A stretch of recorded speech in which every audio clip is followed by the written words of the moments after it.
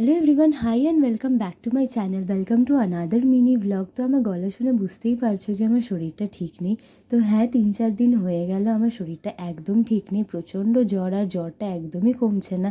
আর মুখে একদম টেস্ট নেই, শরীর পুরো উইক হয়ে যাচ্ছে।